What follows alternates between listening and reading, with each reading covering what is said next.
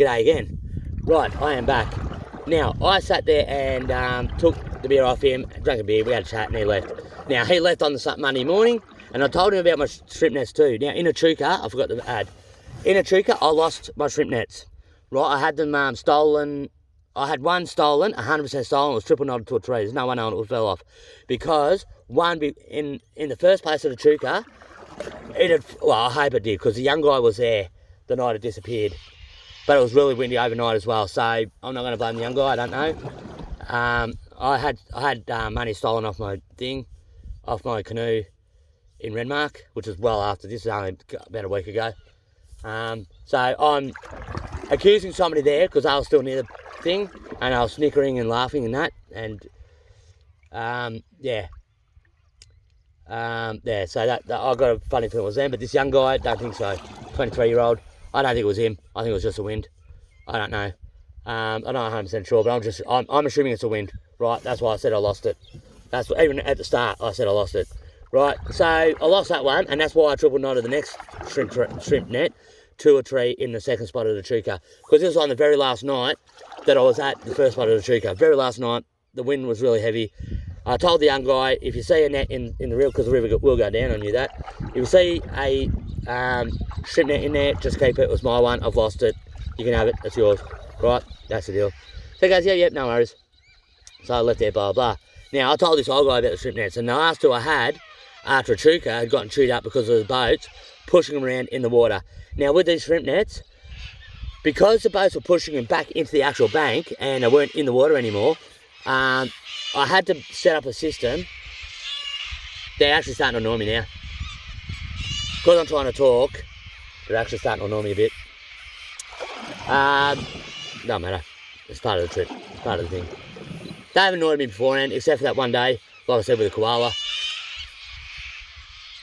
I think these are going at me. I think these ones are. They're looking right at me.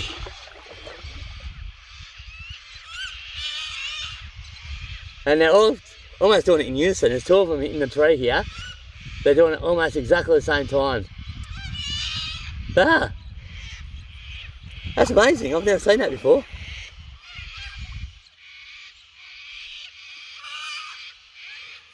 Anyway, so yeah, he gave me the steak, he disappeared, and he left a shrimp net on the side of the river, on the side of the bank for me, at the top. Now, he was camped at a high spot next to the river. I was camped at a high spot, but I had a good way to get down to a plateau. Now, there's my weekend spot still.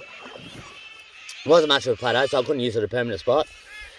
So he sat there and left a shrimp net there. Now, I don't know if he left it there for me, and it was opened, it hadn't been squashed down, so it's not like it was overly hard to see. He's 75, so maybe he did leave it by accident, but yeah, I don't know. So I grabbed it. If I seen him again, I was going to give it back to him, but somebody else would have pinched it anyway. So I grabbed it and used it. Now, to use at Echuca, to use the shrimp nets properly and to keep them in the water, I had to hammer a stick, a big stick. There was about 3 or 4 inches stick, so I was strong enough to do it as well. Into the water, probably about 3 or 4 metres into the water itself, right? So I had to walk in that far, hammer it down so I could throw the nets and the rope around that, so I'd rope around and then it wouldn't get pushed back into the river. I didn't want to tie it up that far because I could pull it back into the bank, but then from the bank I could throw it out past there and the current would take it out and around that stick and that log, and I could sit there and just, the nets will stay in the water then, and that was perfect, right? So, yeah, that's what I had to do. So a lot of the last two I had were completely chewed up, right? So he left one with me. He left one there, and I got a funny feeling he left it there for me. So I took it. If I'd seen him again, I would have given it back to him. If I didn't see him again, well, somebody else would have taken it anyway. If he'd come back looking for it, well, I'm sorry. I needed it, and like I said, I doubt he was coming back. I don't know. So I kept that. So I left. Now, I'd already made up my mind on the late Sunday, after he'd been and gone a few times, because he came back 3 times. You know, that's all right. Now, I sat there and after he'd been and gone, I decided to come back up river and try and get up to that sandbank one, right? 40 kilometres up river, so it's a whole day. I knew it was going to take me about 3 days to get back up river, looking at the current. Right, well, I didn't even make it. I got 24 Ks. I spent 1 day paddling. I got 14 K. Oh, actually, while I'm paddling up, I'm going up against the river. I had somebody going past the, what do you call it? going past. I had a guy going down. Sorry, they're frustrating me now. I'm losing track of what I'm doing. I should be resting anyway. They've never done this like this late in the day. It could be because of me. They're not normally like that. They'll do that if they've got a bird of prey up, like a kite. They'll do it if they've got one of those kites up there, but not with me. They haven't. They've never done it with me. Not even at the campsites. Don't matter. I can't stop them. Anyway, so I started paddling up river. I had a young guy come there past me going down river. And he goes, do you need me to drag you up? And I said, yeah, if you don't mind. And he asked me how far I was going. I said 42 k's, because 40 k's. He goes, fucking hell. Like that. I said, yeah, take me all the way up. Take me as far as you're happy to do, and that'll save me a bit, right? Now I started tracking that way, right? For some reason I wasn't tailing right behind him. I started tracking that way behind him. Right, the sun's really coming out now. It's starting to get quite warm. Just in time for Swan Reach. Now I sat there and actually that'll warm up the phone too, so I've got to be careful. Might have to make this last video. If it gets warm, while I'm because I have to keep it charged because I'll need it in Swan Reach maybe. I don't know if I need it. I don't think I'll need it at a 100%, but maybe I do. Sorry, getting this all back. I've got to lean forward every now and again. Now, I sat there and started coming up. He tied me up. I wasn't tracking straight, so we had to unhook. Right, so I kept going.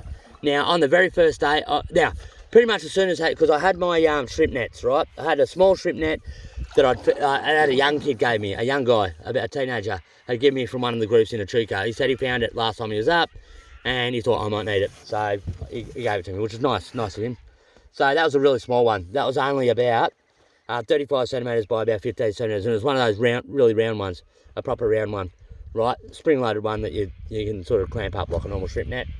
Now, what I'd done with that is I had actually closed the end of it up. I did some darning and closed it, darning, so like my grandmother, did some darning, like they used to do with socks, and darned up the holes at the end, right? So I could use it as a holder net, a keeper net, so I could keep shrimp in there alive, because if you keep them in buckets, they don't stay alive for very long.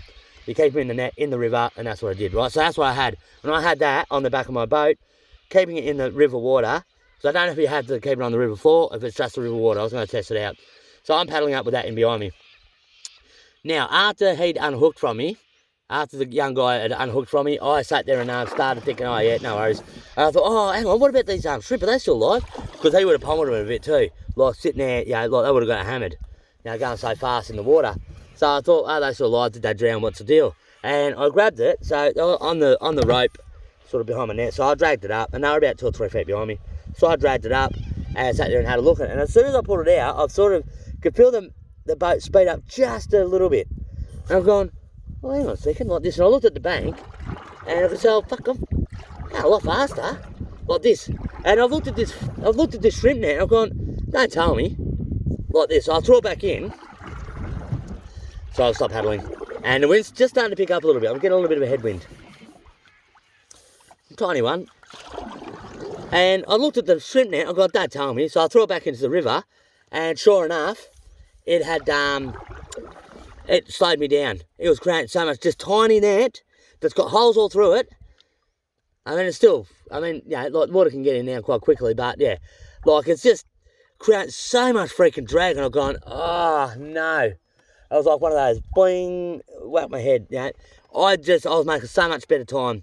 It was smooth sailing. Well, it wasn't smooth sailing, but it was doing so much better. The motor was doing better, because I had to use the motor to get against the current too. But it was, smooth sailing after that. It was really good, really, really good. So I tried to rake it up. I got 14 k's on the first day. I had that steak at the end of that first. Didn't even try and fish.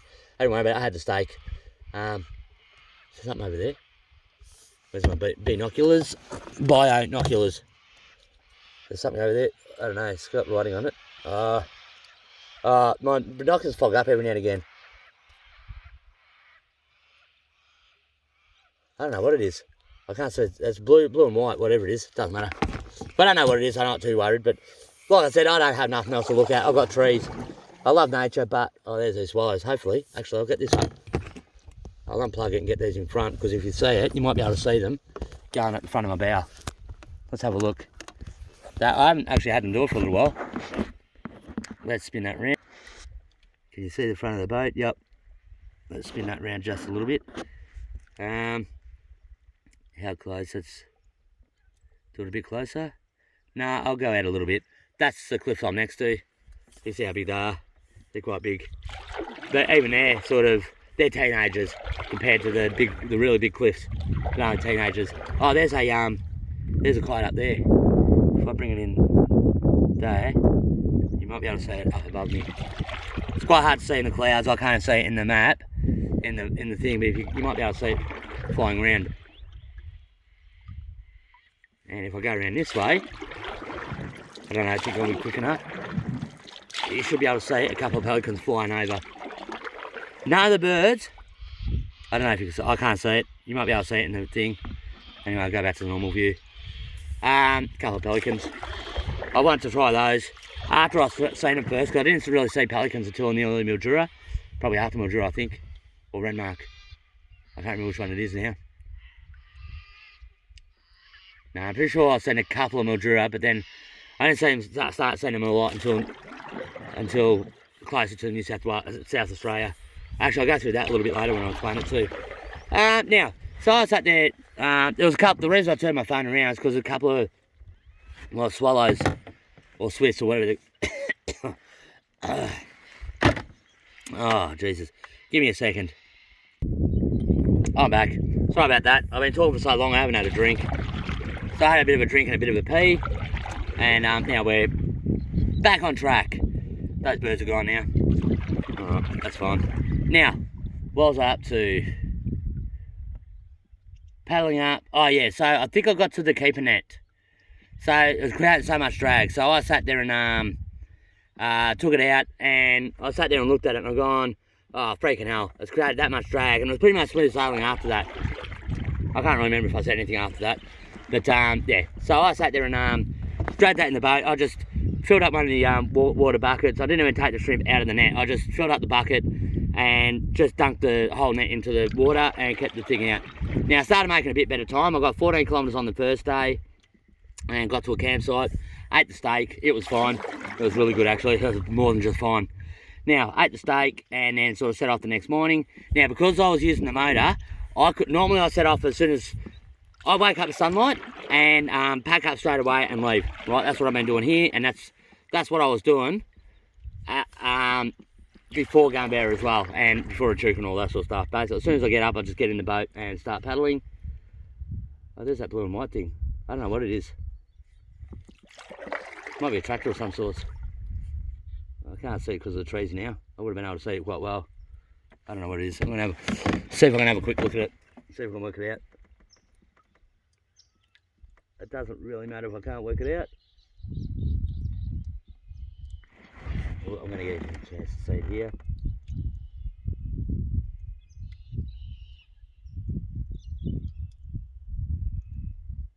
Might be a generator of some sorts, I think. I don't know. It does not matter. It does not matter. I don't care if I don't know what it is, but that just gives me something to do for 2 seconds while I'm waiting. Now, so I set up.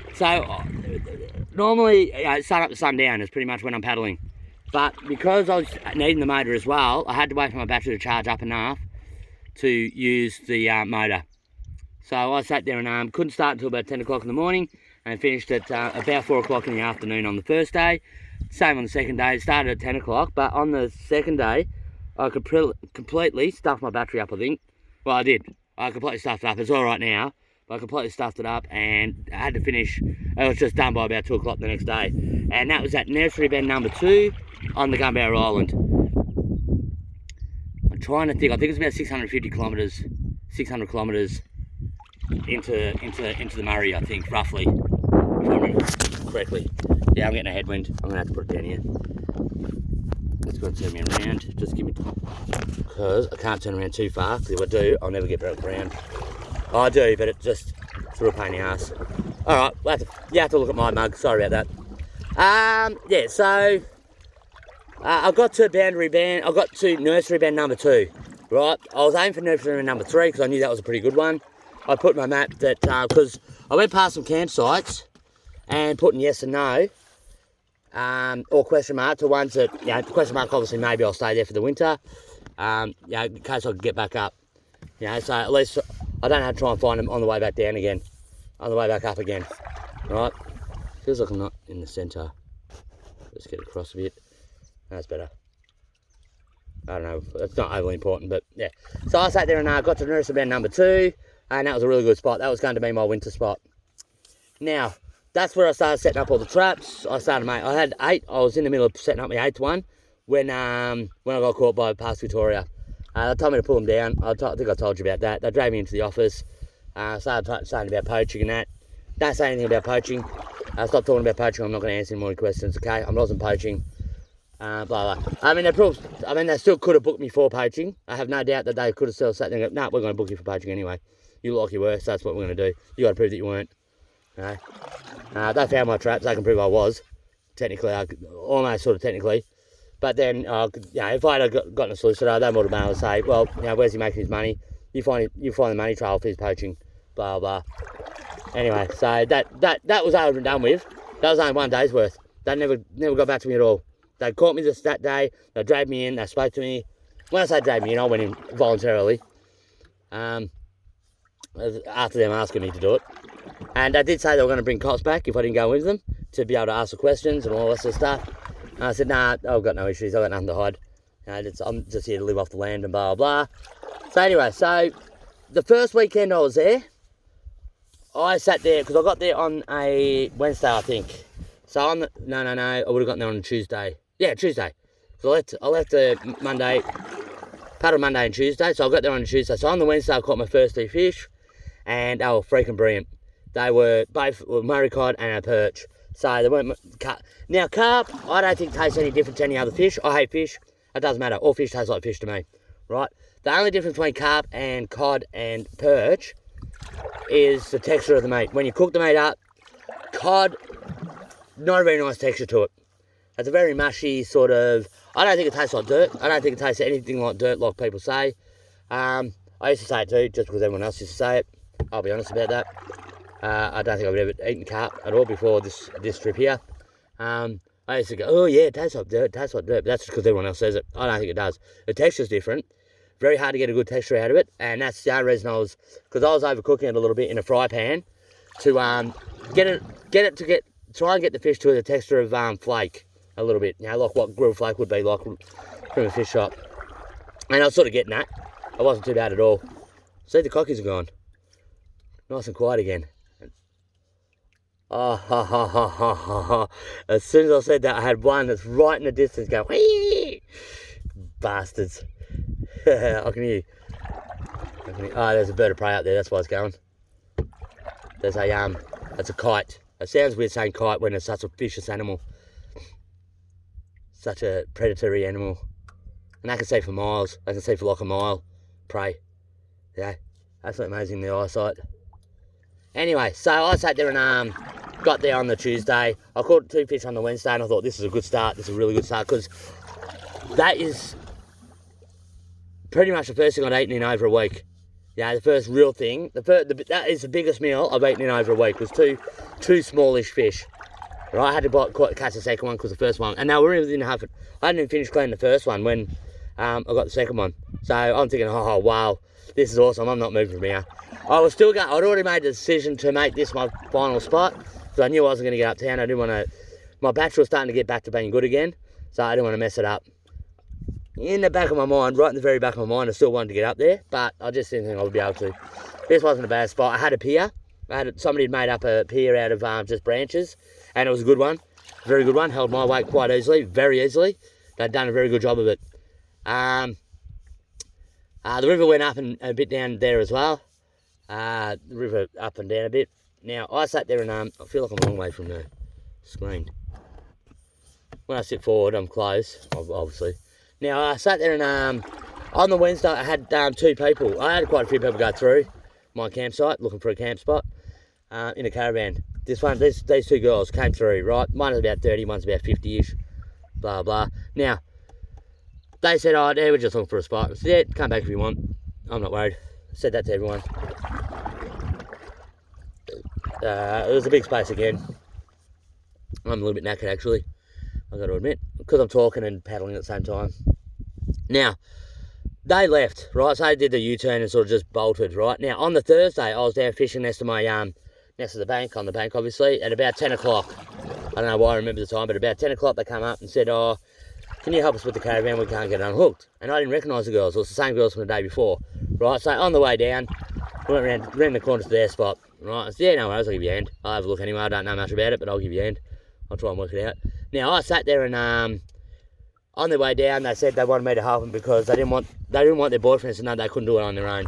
Now, I don't know if they were joking about that or whether they're serious, right? But their husbands were coming down the next day, and they didn't want their husbands to know that they couldn't do it on their own, right? Now, I don't know if that was a joke or not. But when I got around the corner, right, I sat there and saw this thing. I thought, what the fuck? Like this. They'd wound their jockey wheel all the way up. So they were jacking the car up with the caravan tow bar. They were jacking the back of the car up with the caravan. They had the jockey wheel up that high. They had it all the way up to the top. Oh, here's a boat. This actually might be a jet ski. He's talking along. Ah, man. I'll keep this video going and I'll get out to the front and I'll show you sometimes what these people are like. I knew I said it.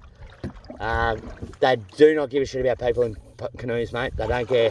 I had one last night when I was coming into the bridge near Blanchetown to the lock, and she was doing it in front of me. Then she went past me, did it at the back of me, and then she did it right in front of me.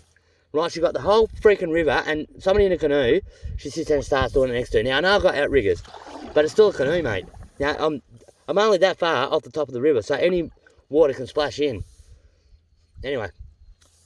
Sun's getting out a bit too now. Ooh, a lot more broken sky behind me. I can see now. I got my big shoulders in the way. Now, so I sat there and wound their jockey wheel down. And said, "Now you got it way too high." I said, because I sat there, got around the corner, I saw it. And I said, "Are you the guys that came to last night?" And she goes, "Yeah." And she goes, and I said, "Did you sleep like that?" And she goes, "Yeah, we couldn't. We thought we'd be able to work it out." I said, "Why didn't you ask me?" She goes, "Oh, we thought we'd be able to work it out."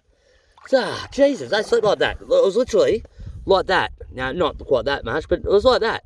You know, like, Jesus Christ. Like this. And I sat there and sort of wound it down, unhooked it, and I said, you've got to have it down. You've got to have no weight on it whatsoever. Make sure you got your chocks in, and I did. And just, as soon as you stop and put your chocks in, just take it out straight away. Right, take the weight off it, and then unhook. Right, and I said, yep, no worries, what can we get you? Now, I was away from my rod for about 25 minutes at the most, right? They said, what can you get you? Don't worry about it, mate. Don't worry. You know, within 5 minutes, I'll have a chat. You know, I've helped you guys out. I'll go back home now. No, we're going to get you something. And then I started talking about beers. We're going to get you beer. You might as well tell us what you want. I said, no, don't worry about beer. No, if you're going to get me something, don't worry about beer. Just get me some soft drink. Get me a couple of bottles of lemon drink, right? And they said, yep, no worries.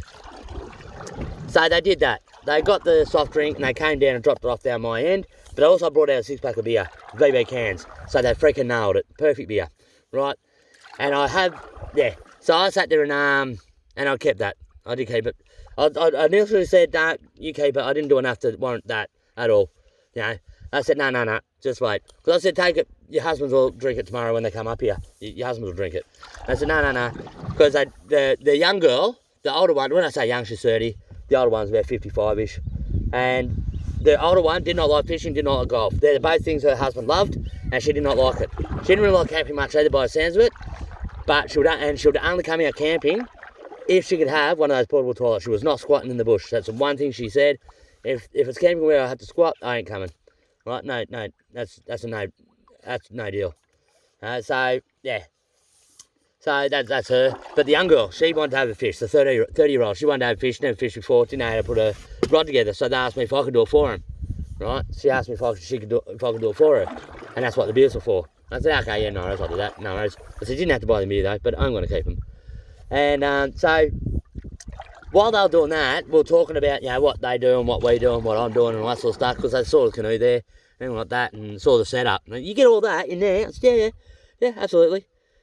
Yeah, absolutely. Yeah, yep. It's pretty tight, but I'll get it in.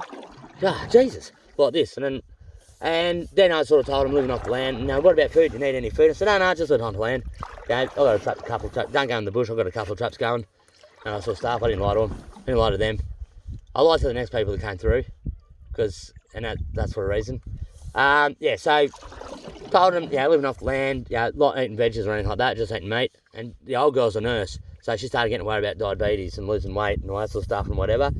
And I said, I don't know, I think I'll be right. Whatever. Now, she'll be right, mate, sort of deal.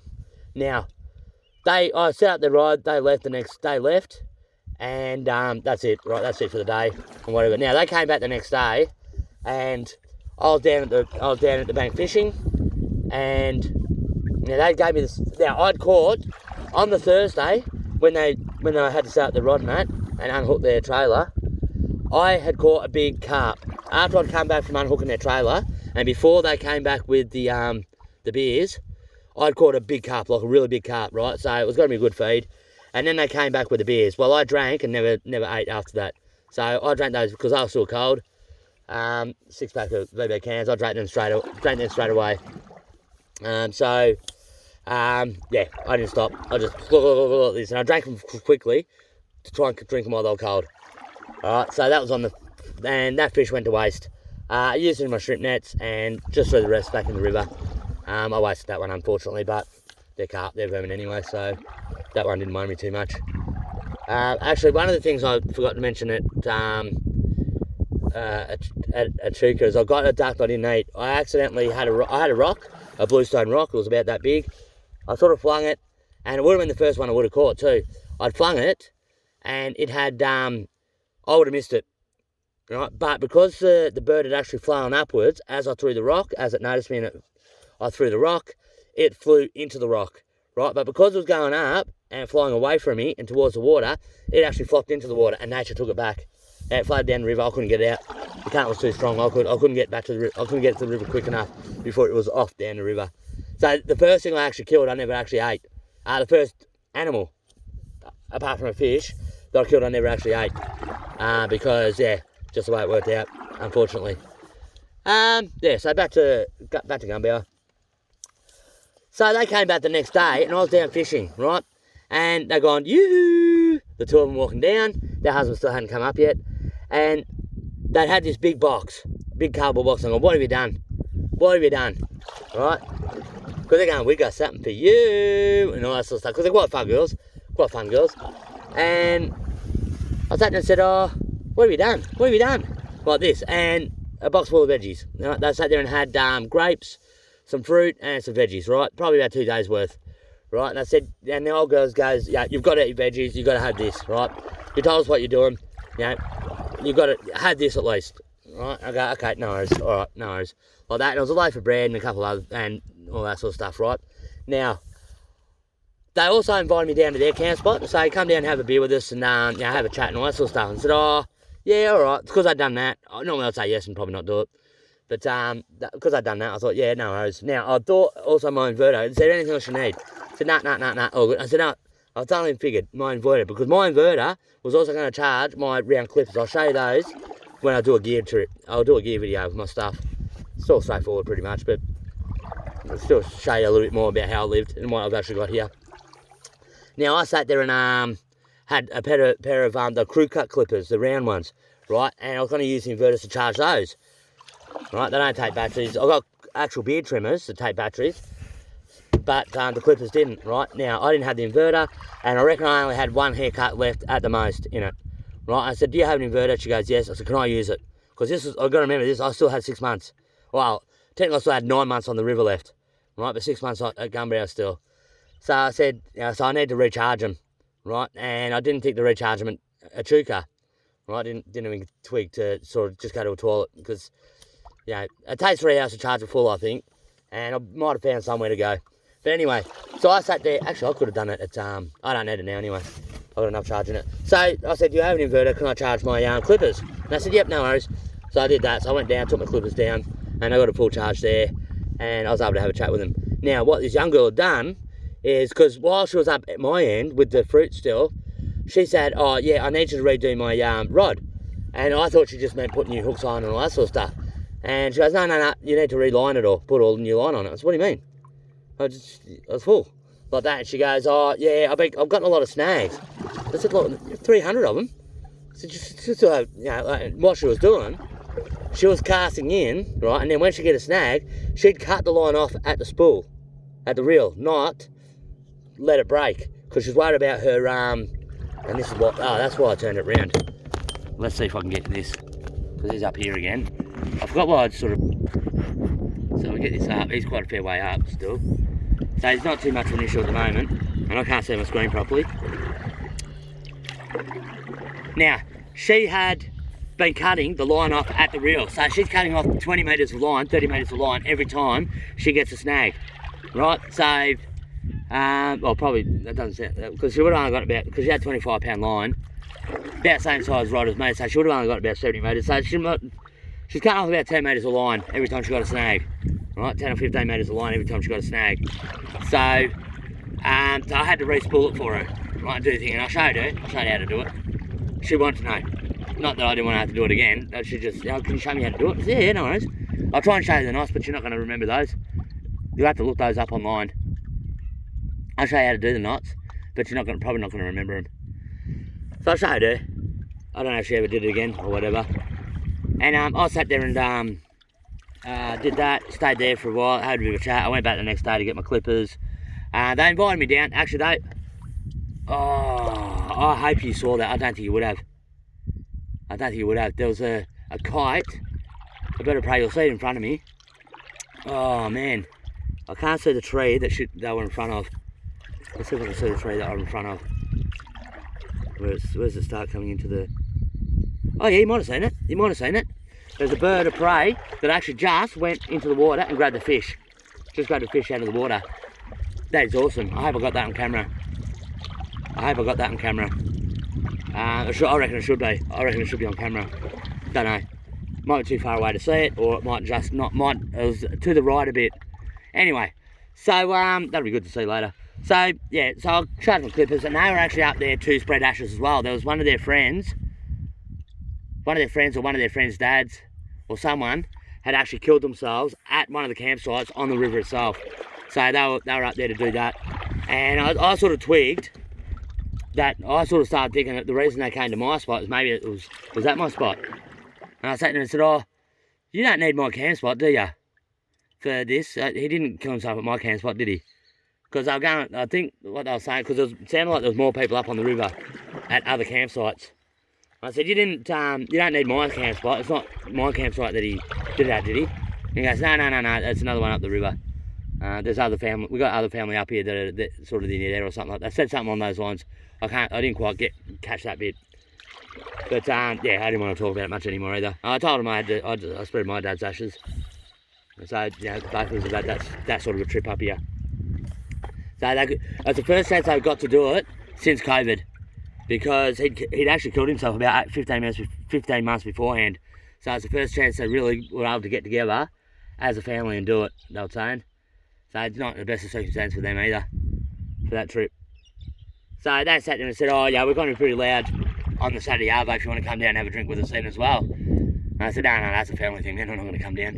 And I did end up going down on the Saturday, because I was going to go down on Sunday morning and get my clippers. But I thought, oh, if they leave, first things, or whatever. So I went down to Saturday Arvo quickly just to get my clippers to come back. And now we're off walking around with the kids and all that. So they'd already done that. I knew they were doing that early in the morning. So, yeah. So that's that group done. They went home. I never saw them again, blah, blah, blah. Then I got a guy that came through on the following weekend. He came, 33 minutes. I'll stop there and start again. Alright. Stop.